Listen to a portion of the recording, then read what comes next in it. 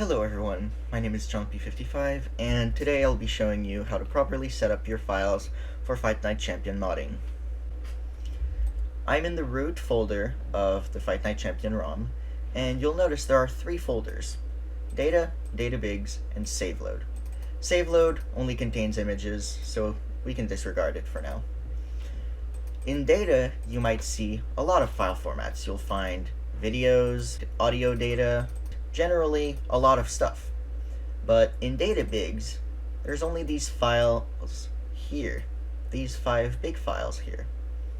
Now, these are archives, as indicated by their big file size, and looking at them with a tool like Big File Extractor, we can see what they actually look like. As you can see, there are many files in the archive, 637 to be exact, and you might notice something familiar by looking at the folder structure here. Data PS3, Data Common, Data PS3, Data Common, Data PS3. This is the same folder structure as the Data folder right here. Data Common, Data PS3. Which means that we can actually extract this archive directly into the root of the ROM. So let's do it for all 5 archives. Once we have extracted all of the archives, we can close Big File Extractor. Now we can go in the Data folder, and you'll see there's a lot of new stuff. Config and FMV are still there, but now we have audio, database, FaceGen, AI, animations. We have a bunch of new cool stuff, and that is all the files that were contained in the big archives here. Actually, what is this? Oh, I just extracted this one in the wrong folder. We can just move that. Now, once we're done extracting our files, what do we do with these archives? If we edit any files in Data, Fight Night will still read data from these archives. So, how do we make sure that Fight Night doesn't extract the data from these archives and overwrite our modded files? Well, one might say, let's delete them. But that won't work. You see, Fight Night still expects files to exist here, and if it tries opening a file that doesn't exist, the game will crash. So, let's put empty archives here so that the game does extract them, but it extracts no files. We can do that fairly easily by making our own .big file. This section will go a bit in depth on the technical side, so if that's over your head, feel free to skip.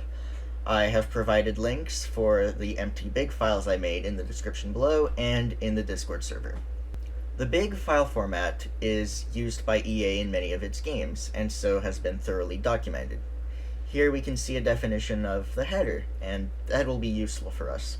In fact, that is all we need to construct our empty big files. Let's start with the magic string EB. This is a string read by the game to make sure that this is a valid file. Next, we have the version number. By looking at a real big file from Fight Night, we can see it uses version number 3. So, let's add 0003. Next is file count. If you want empty archives, we'll set this to 0. 4 bytes means 4 zeros. Unknown can just be set to zeros, we don't know what it does. File list offset. We don't have any files in our archive, so we don't actually need this to be anything important, so I'll just set it to 0. Unknown once again. File name length. This is how long the file names are in the archive, but we don't have anything in the archive, so 0 once again. Unknowns can once again be set to 0. And finally, file length. This is the total size of our archive in bytes. Now, you might look at this and say, well, we have 1C bytes here, so let's just put 1C here. However, by adding this, we've essentially added 4 extra bytes, so our archive is now 20 bytes. Well, 0x20, so let's put 20 here. And that's our archive. We can save this as empty.big, and the name doesn't actually matter, because what we're going to do next is we are going to overwrite every single one of these archives with our empty archive here. So let's do that. And that's all 5 archives. We can see now that their size is 1 kilobyte. Now, when the game tries to extract these archives, it will extract nothing, and it will instead use the files that we have here, and we can now edit them to our heart's content. And now, even though our archives are empty and every file is in /data, I can still open the game in RPCS3, and the game will boot normally, and we're still in the game as normal. Now, you may be asking, now that we've extracted our files, how do we go about editing them? Well, opening any file in a hex editor will show us chunkszip, followed by a bunch of random garbage. This, however, will be covered in the next video.